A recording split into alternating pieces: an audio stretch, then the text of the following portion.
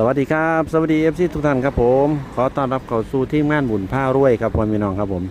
สำหรับมื้อนี้นะครับบรรยากาศช่วงบ่ายๆเฮากับมาอยู่ที่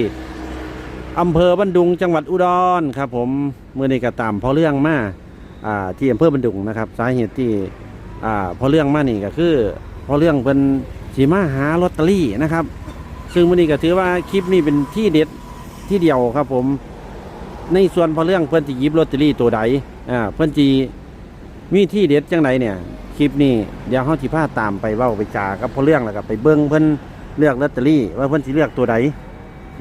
เดี๋ยวไปเบิ่งพร้อมๆกันครับ FC ครับทุนพอเรื่องกันยืนอยู่แก่พุ่นล่ะครับสวัสดีครับพอเรื่องครับผมเห็นว่าสิมาซื้อลูกชิ้นเพิ่นบ่คือใดนี่ลอตเตอรี่ตัวใส่ว่านั่นน่ะแผงลอตเตอรี่อยู่ด้านหน้า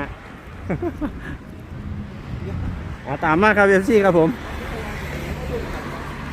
เดี๋ยวเขามาลุ้นว่าพอเรื่องสิหยิบตัวใดนะครับซึ่งพอเรื่องนี้ได้ตัวเลขในส่วนของปูพุ่มกข้อมาแล้วเพิ่นได้มาแล้วบานนี้เพิ่นสิหยิบตัวใดส่วนโตเพิ่นเองนะครับเพิ่นสิหยิบตัวที่ปล่อยปีบ่มีตัวใดเพิ่มเติมมาเนี่ยเพิ่นสิหยิบตัวใดมือคลิปนี้นะมีที่เด็ดแน่นอนครับผมนี่ครับนี่กับแผงลอตเตอรี่เนาะโอ้ใบละ100ตัวนี้ถูกตัวนี้อ๋อนี่ครับผมใบละ100 บาทนะครับแผงนี้ขายถูกมากเลยนะครับแต่ใบเดียวนะเป็นใบเดียวมันวะเอาตอนนี้กำลังรวมๆค่ำๆครับหาจุดหมายปลายทางอยู่ว่าสีล่งยังไงที่บอกพวกมึงยังในวัยไม่หนีบอกใส่แผงลอตเตอรี่อยู่ใส่มาสั่นมาหอดที่ไปจัดให้มันเกี่ยงก็น่านี่มาสั่นฮะเก้าซี่หมดเอาเก่าซีมาสั่นพ่อพี่น้องได้ยินพอเรื่องว่าเก่าซีอยู่ใส่เก้าซี่หมดบอกครับไหนเหลือ3ใบไหนหรอโอ้นั่นดินี่บ่โอ้อันนี้เก้าซี่เหลือ3ใบไหมเหลือใบอีกนู่นโอ้094ตัวนี้นี่แล้วโอ้โหแม่นเลยตัวนี้โอ้ยเอาเบิร์ดรถนะแบ่งผมน้ำมาเตะลงไทย94เอาเบิร์ดรถผมก็สิเอาน้ำอยู่เอาพูดละใบก็ได้ตัวมา3คนน่ะนั่นพอดีตอนมีอีกว่า94บ้านหาตัวใดแน่พอเรื่องไว้เหลือ3ใบสุดท้ายแล้วครับ40มีบ่40มีไหมหา40ฮะ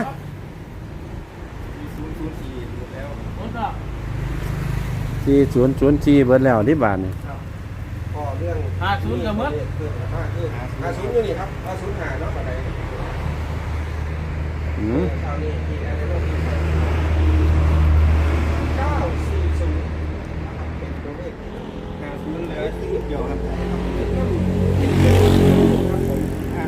คันที่ว่าเอาติดไว้กันจังไดเนาะเพราะว่ามันอยู่ในความฝันครับผมก็ได้ย่านไปซ้ำร้อยความฝันที่ว่าคน06กับ05ติดคุกครับ06ออกคุกนะครับ06ออกคุกไปเอาว่าประกันตัวออกไปครับออกอีหลี06ครับผมรอบนี้เป็นผู้หญิงกับผู้ชายผู้หญิงหันตายนะครับตายห่อผ้าขาวแล้วก็ลอยน้ำเอาลอยน้ำไปย่านออกว่าสัตว์เรื่องอะไรคาเทียมันแปรครับแต่ว่าที่แน่ๆตัวที่เน้นๆก็คือ350530นั่นแหละครับใช่ล่ะโอ้305นี่เอารถแล้วล่ะ150หรอครับมีใบเดียวบ่มีคู่นึงเหรอเอารถ50กันดึงมาแล้วว่าเอาคนมีโชคสิจัดการดอก150ทั้งหมดเป็นจักใบละหัน5ใบมีเท่านี้เห็นว่าเลขเดียวได้ตัวใดแน่พ่อมองดูว่าเบิ่งใกล้ๆเด้อ94 3ใบ940มันหมดนะครับ40หมดเนาะได้ตัวกลับกันมานี่ครับนี่ครับผมเอาโชว์เนี่ยมีตัวใดกลับหัวตัวอ่านบ่รู้เรื่องนี่นั่นนี่ตัวเต็งมันตัวเต็งน่ะ094ตัวเต็งครับผม094นะครับแล้วก็มีเลข6ตัวก็มี223 094 อีกใบหนึงก็เป็น035150ครับนี่ครับผม แล้วไอ้เก้าซี่อีก2อันนี้คือลักหนามันบ่ได้เนาะครับ ลักน้ำบ่ได้ก็เลยว่าบ่เป็นตัวเต็งว่าซั่น ครับก็เป็นตัวเต็งลักหนาบ่ได้ เป็นตัวให้เขาเต็ง ให้เข้าเต็ง ยืนเรียกตัว ลักหนาบ่ได้เนาะ นี่ เพ เห็น ราะ บ่ ว่าลักหนามีหัวคน ได้ยักใบ94ทั้งหมด เลขสาม ได้3ใบนะครับ94ได้3ใบครับผม มีอีกแข็งครับอยู่แข็งเข้าไป ได้ล่ะ แต่ตัว ใกล้ๆนี่บ่ ตัว โอ้ ตัวนี้ เดี๋ยวสิพาไปเบิ่งอีกแผงหนึง ตัวเน้นๆครับได้ แล้วค่อยกัน มันอยู่ในเก่า40เนาะ094 520 บาทครับ ตอนนี้พ่อเรืองกำลังจะจกเงินจ่ายนะครับ เดี๋ยวสิไปเบิ่งอีกแผงหนึงครับผู้ชมครับ เดี๋ยวรอสักครู่นะครับเมื่อนี้เท่ากันรุ่นกันขี่แตกเงี้ย ครับ ๆว่าพ่อเรื่องสิหยิบตัวใดกันเนี่ยหยิบตัวเดียวกันว่ากับตัวปล่อยไปใน YouTube ปะเนาะว่าซั่น FC ก็รุ่นอยู่ว่ากันหยิบก็ละตัวนี่แย่เลยบาดนี้ว่าซั่น ยิบก็ตัว FC ก็สิ อืม ได้หาตัวบัดนี้ก็สิได้หาแล้วตัว ครับผมเรียบร้อยครับผม เดี๋ยวแอปสี่โชว์ลอตเตอรี่ถ้าไปถ่ายคลิปเนาะ ครับผม ว่ามีใบใดแน่เป็นเลขใดแน่ แม่น เนาะเดี๋ยวห้องยางอีกเบิ่งอีกร้านหนึงอยุใสอีกร้านหนึงอยุไก่ปะครับเนี่ย ว่าโรงพยาบาลนี่ครับ ศูนย์หัวโรงพยาบาลห้วยไก่เติบอยู่ที่ศูนย์หัวโรงพยาบาล โรงพยาบาลไกลเติบเยอะ ไปย่างไป เพราะ เบิ่ง ว่า เลย ได้ตัวเต็งๆทันไหนเจ้าได้ตัวละตัวนี้ครับ094 โอเคครับไปกันต่อครับผม ยังอ่ะ ย่างตัว เอาย่างตัวสิได้ย่างมันคนตัวเนาะเออ โอ้แหงขาบดีแหง ต้นแหงขาบดีแหงป้าแหงไก่ทีครับผมตามกันไปเรื่อยๆครับเอฟซีครับผมที่แน่ๆก็คือเลขท้ายก็คือ94 ครับ เนาะ ขายเก่าซี ในส่วนลอตเตอรี่เมื่อนี้ที่พอเรื่องหยิบได้ก็คือ94 ครับ แน่นอน แมนค ใน รับ ส่วนอีกชุดหนึ่งเป็นอย่างก่อน150 150 5150ครับผมครับผมเดี๋ยวกลับไปเบื้องกันต่อนะครับว่าแผงทั้งหน้าสิได้ตัวใดนะครับเนื้อสีมีบ่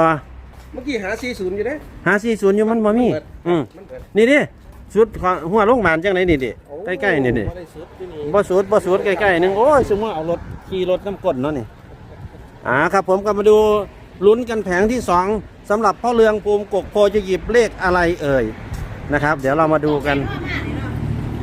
บุญพารวยบุญพาโชคครับ ด้วยโชคว่ะ ครับ 940 40กับบะมี่ค่ะ04กับบะมี่ ฮะ ตัว40เหมือนกัน ผู้ใดให้มาสิ นี่เนี่ย นี่แหละครับผู้ให้ดินนี่แหละ แม่ครับ แม่นครับ มึงอยู่เด้อ๋อตาโชคก็แม่ขาวนั่นเด้ อ๋อ เดี๋ยวจะได้วางไว้ตัวเนาะแบบนั้นแม่ นี่ ขาวครับตอนนี้พ่อเรื่องกำลังซองมึงอยู่ครับผม 940แต่ว่ามี บะมี่ค่ะ 940 94มีไหม 0กับบะมี่ เมื่อกูยางเลยบ้าน เบิดตัวยัง 94ยัง4เก่า แสดงว่าร้านนี้ขายดี ร้านนี้ขายดี เพราะว่าแม่ค้าสวยเลย มีค่าไม่จะแม่ค้าสวยๆนะลอตเตอรี่ก็ขายดี แม่ค้ามีแต่บูงามๆ ครับ ก็เล ผ ย ม ขายดีฮะไม่ยิบ 4กระอยู่ตรงไหน 4994มีไหม น่าจะบ่ได้อยู่ในสายงานครับ4เก่าดิ ครับผม บะมี่เหรอค่ะครับบ่อยู่ใน 4เก่าน่ะนี่อยู่4 สา เก่าย นี่ นี่ กับ อยู่ บะมี่ นี่เห็นตัวเลข4เก่าอยู่นี่อยู่บนหันแต่ว่าน่าจะบ่ได้อยู่ในสายงานเพราะอยู่ว่าเพราะเรื่อง4เก่า นี่เด้นี่เด้ 49อยู่ไหม เอาไปปะ 060249 ห้าสิบตัว549ไอ้509กับ04นะคะ ครับผม หมดตั้งแต่เราแข่งนะ ขออนุญาตถ่ายทำแม่ค้าได้เด้อ ได้แล้วค่ะสวยแล้วล่ะ อ่า เพราะว่าเพื่อนจะพูด ไปกับว่าอยู่แม่ค้าก็สวยอยู่หรอก ท่านซุปช่วงนี้ก็เจอไอ้คอยเจอจิจังคนแรกคนจังคนร้ายเดือน แม่นบ่ แมน บ่ เขาถือว่าโอ้ร้านใจพ่อยใช่ไหม บ่ร้านยายพ่อยติ ร้านใจพ่อยร้านลูกบาล อ่า โอ้ร้านน้ำแม่เลย บ่ 03มีวันนี่0330 ผีอะไรมั่งนี่แต่เหล็กดังทั้งนั้นเลยแมน ดังมาจากใส่เลย ผีเก่าอยู่ในล็อกของผีแหละ ที่ ผี ซอย ผู้บ หา อก ซะบัดนี้เด้อ เออ บ่ถึง94 เอาเหล็กอ่ะเสร็จแล้วเหล็กไข่มันเหมือนแบบนั้น โอ้ยเอาเลขหน้าวันนี้ เอาจังแล้วเดี๋ยวไปโทษทางคนบอกกัน ก็ได้เหรอ แม่เบิ่ง YouTube จักเที่ยวบ่แม่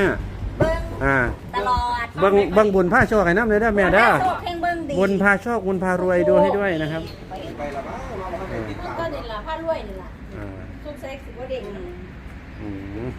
ก็เด้งหลายอันนี้ได้ประจับ บ้า ไปเบิ่งหลายอยู่ดิ อันใดเด้งกับเบิ้งอันนั้นล่ะแม่ แม่จักใบจักสองใบไปได้เสียกล้าได้โชคน้ำหนองเลย ตะกี้ ได้3ใบ ได้เบิ่งหลายอยู่ดิ สรุปแล้วก็คือได้3ใบเดี๋ยวสิสรุปตัวเลขให้เบิ้งท้ายคลิปนะครับ ได้5ใบเนาะได้5ใบ ได้5ใบ ได้5ใบครับ โอ้หลายสุดสิก็ซื้อแล้ว นะ ซื้อเก่าหมดเลย 49 จักบาทครับใบละจักบาท 49 ครับ 049บ่แม่น940 ได้แล้ว ตัวตรง 49 ตัวตรงน่ะ940 ครับ2ใบร้อยรู้เลยครับเฮ้ย2ใบ200รู้เลยเหรอ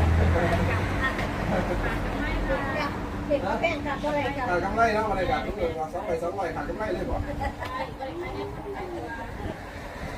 โอ้ยเรา2ใบ200ก็เลย ไ